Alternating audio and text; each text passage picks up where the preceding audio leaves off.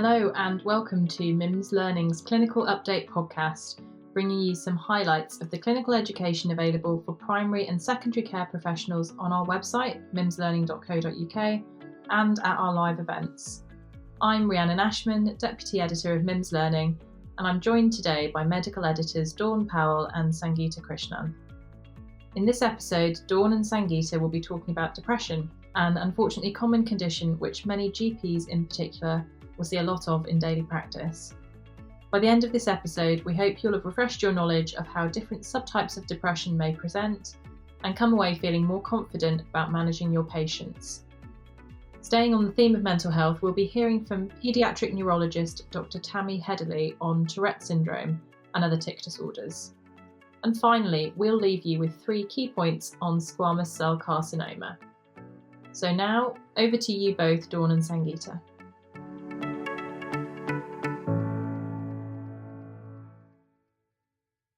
Thanks, Rhiannon. On MIMS Learning, we have a clinical review of depression by Dr. Mario Girouena. The module covers diagnosis, types and management options. Of note, Dr. Girouena focuses on major depression, or what NICE calls more severe depression.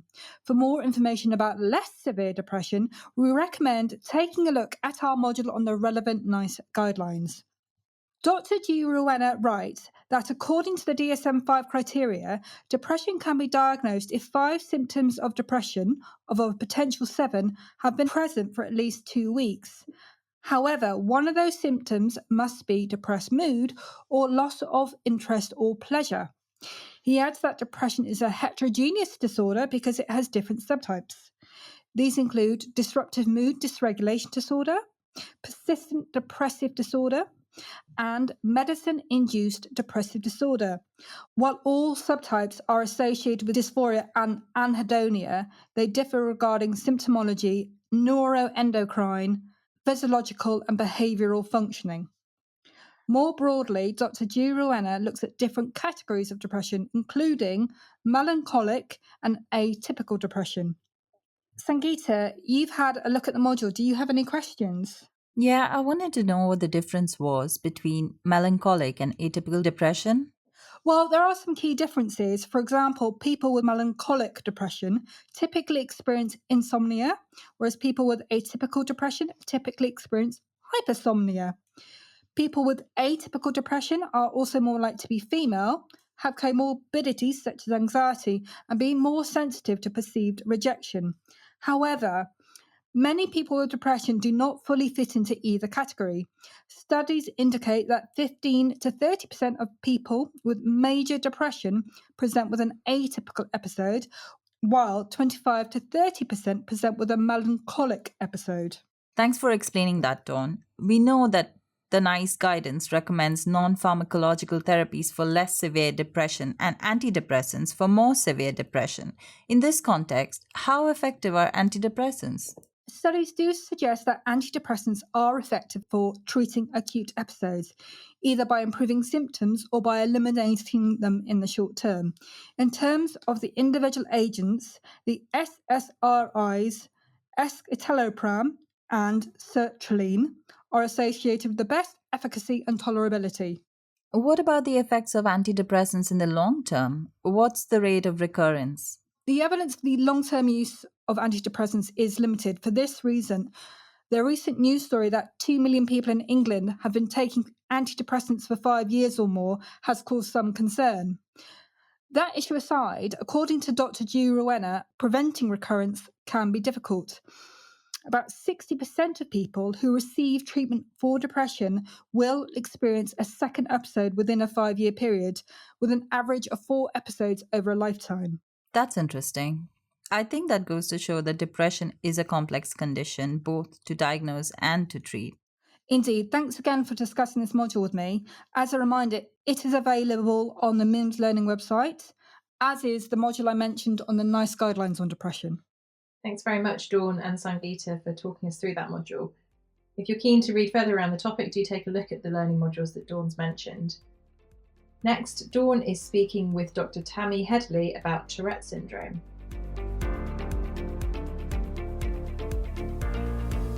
Thanks, Rhiannon. I'm here with Dr. Tammy Headley. She is a consultant paediatric neurologist at Evelina London, Guy's and St Thomas's NHS Foundation Trust. She will be talking to me today about Tourette syndrome. Welcome to the podcast, Tammy. Good morning. Thank you for having me. So, Tourette syndrome involves vocal and motor tics. What is a tic? So a tic is a brief and sudden movement and sound that is considered involuntary in response to usually a feeling or an urge, a premonitory urge, which precedes the movement or sound. And these are typically normal movements and sounds that the body can make, like a blink or a throat clear, but they're happening in a time where they're not supposed to occur. So they pop out when they shouldn't. They can be distressing and uncomfortable. The underpinnings of them, we think, are in part genetic, although the causes are multifactorial, and they can be triggered by emotion. Some people think it's anxiety or stress, but it can also be very positive emotions like excitement and happiness. Okay, so just going back, you said they considered it voluntary, but you've done a module for MIMS learning about Tourette syndrome, and I think you used the word irresistible there. What's the difference between irresistible and involuntary? Well, this is the interesting thing that's happening at the moment, is traditionally we always thought there were involuntary movements, but with more understanding about the basis of the premonitory urge, there's a feeling that there's a semi-voluntary need to kind of get out the movement or sound. So it challenges the notion that it's completely involuntary, although these things happen so quickly that the person will perceive it as involuntary. With Tourette syndrome, although you can be diagnosed as an adult, when it's most commonly presents is in childhood, it's not unusual for a child to have a tic. So what's the difference between like a child going through a phase and them having something like a tic disorder or Tourette syndrome? So this is a really good question because it's a very common misconception that Tourette's is somehow this severe end of the spectrum and is somehow a really concerning, difficult thing, when actually the definition of Tourette syndrome is very simple.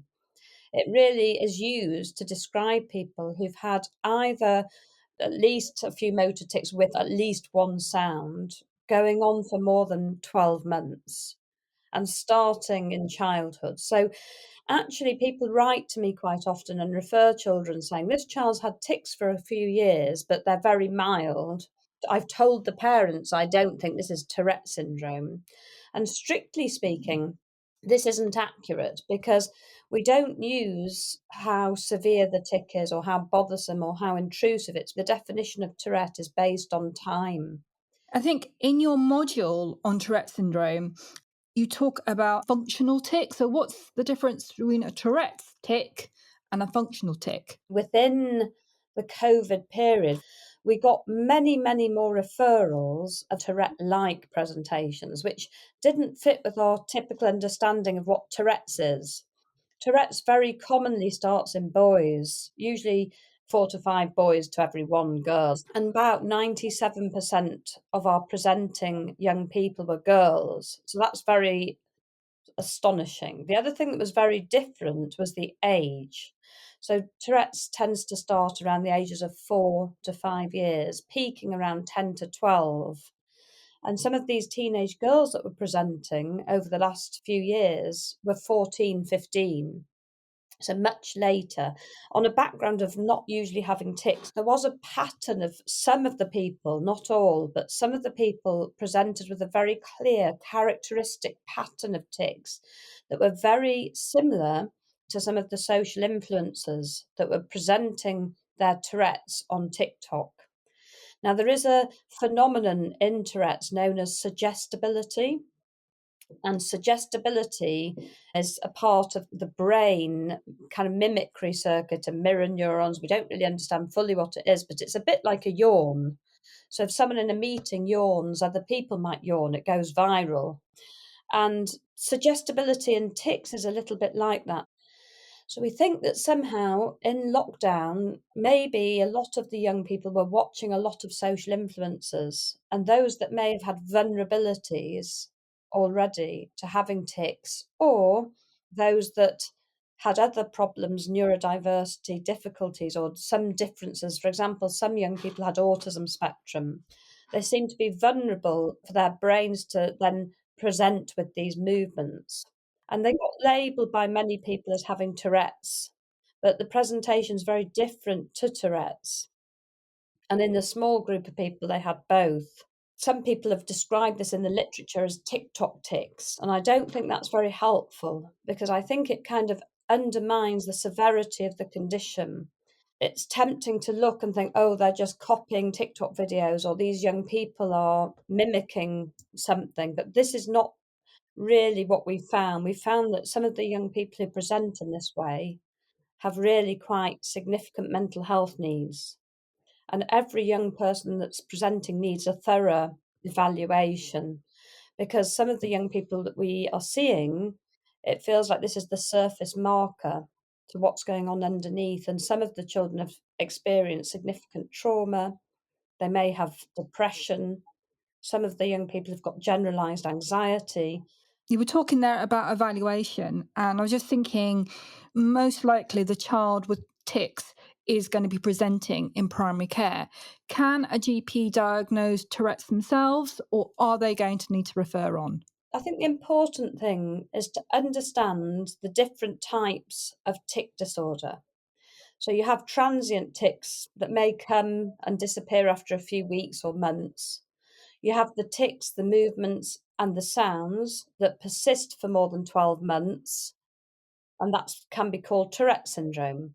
And the most important thing about Tourette syndrome is seeing the tics as part of a wider spectrum and asking about ADHD, asking about mental health, asking about OCD, obsessive compulsive disorder, checking about learning. Is there a specific dyslexia, for example?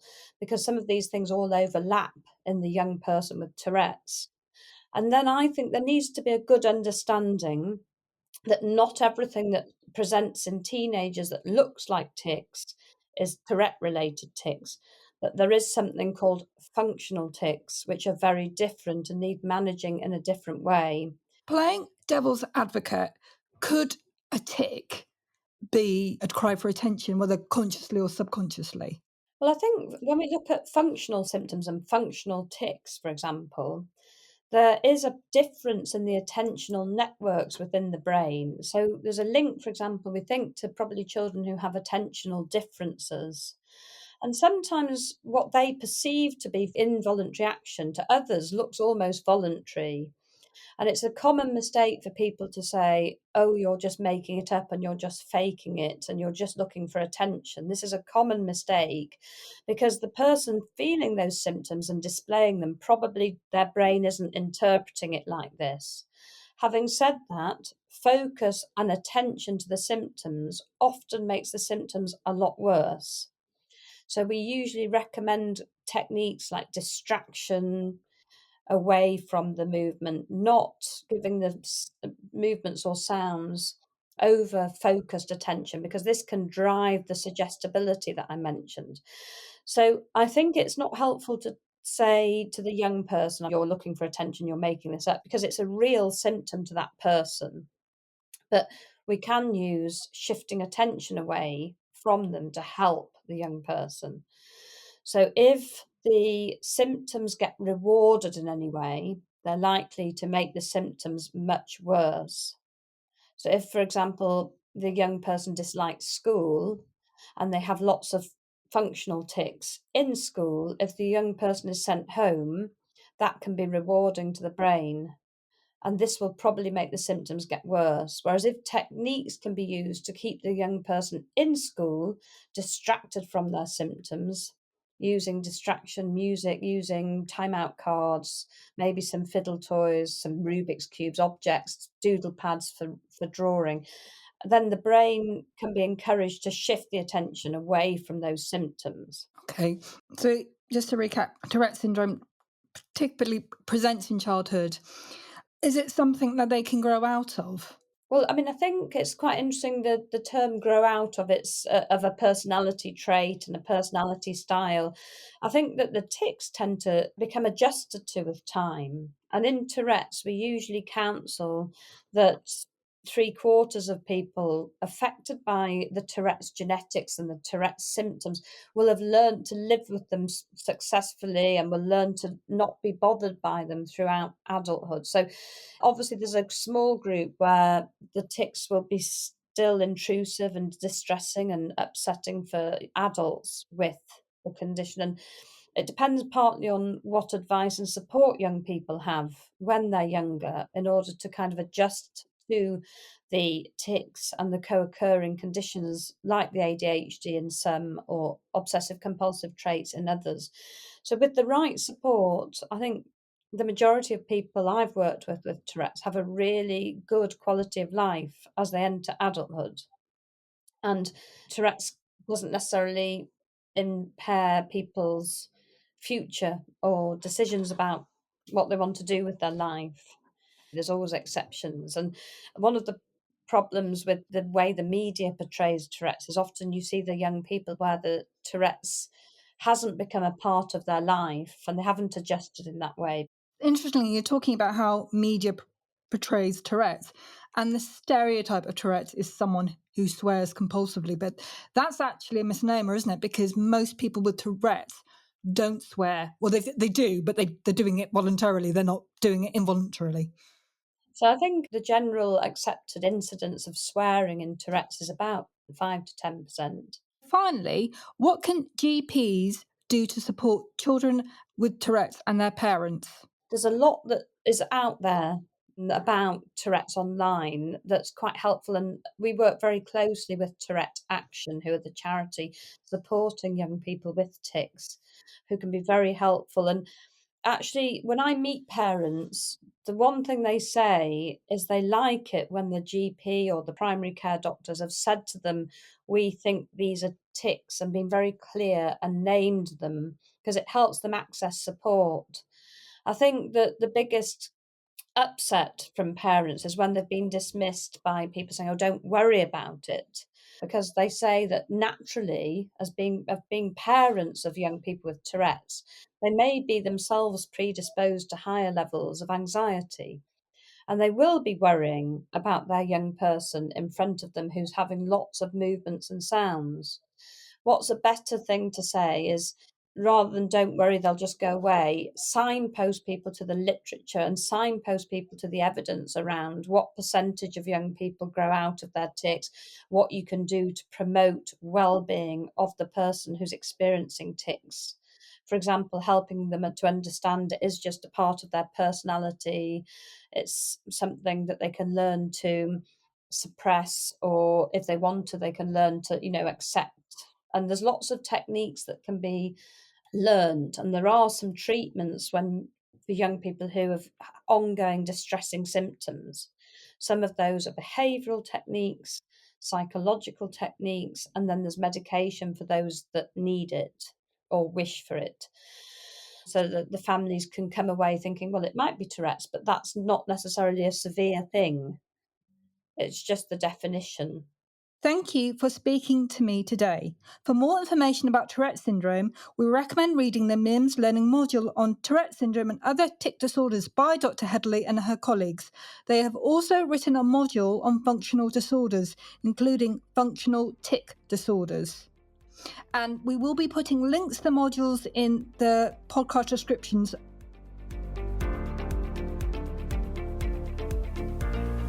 We're back now to round up this episode with our regular 3 key points segment.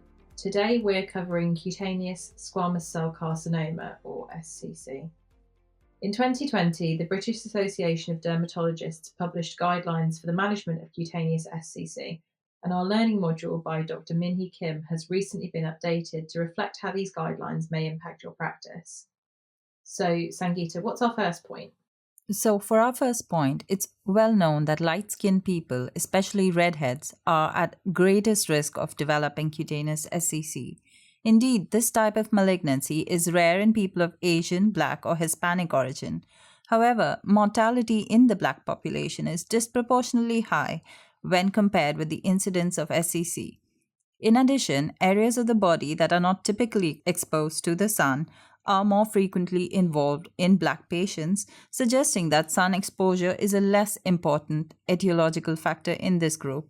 Thanks, Sangeeta. So our first point is an important one for clinicians to be aware of, that although incidence of cutaneous SCC is lower among people with skin of colour, mortality is disproportionately high.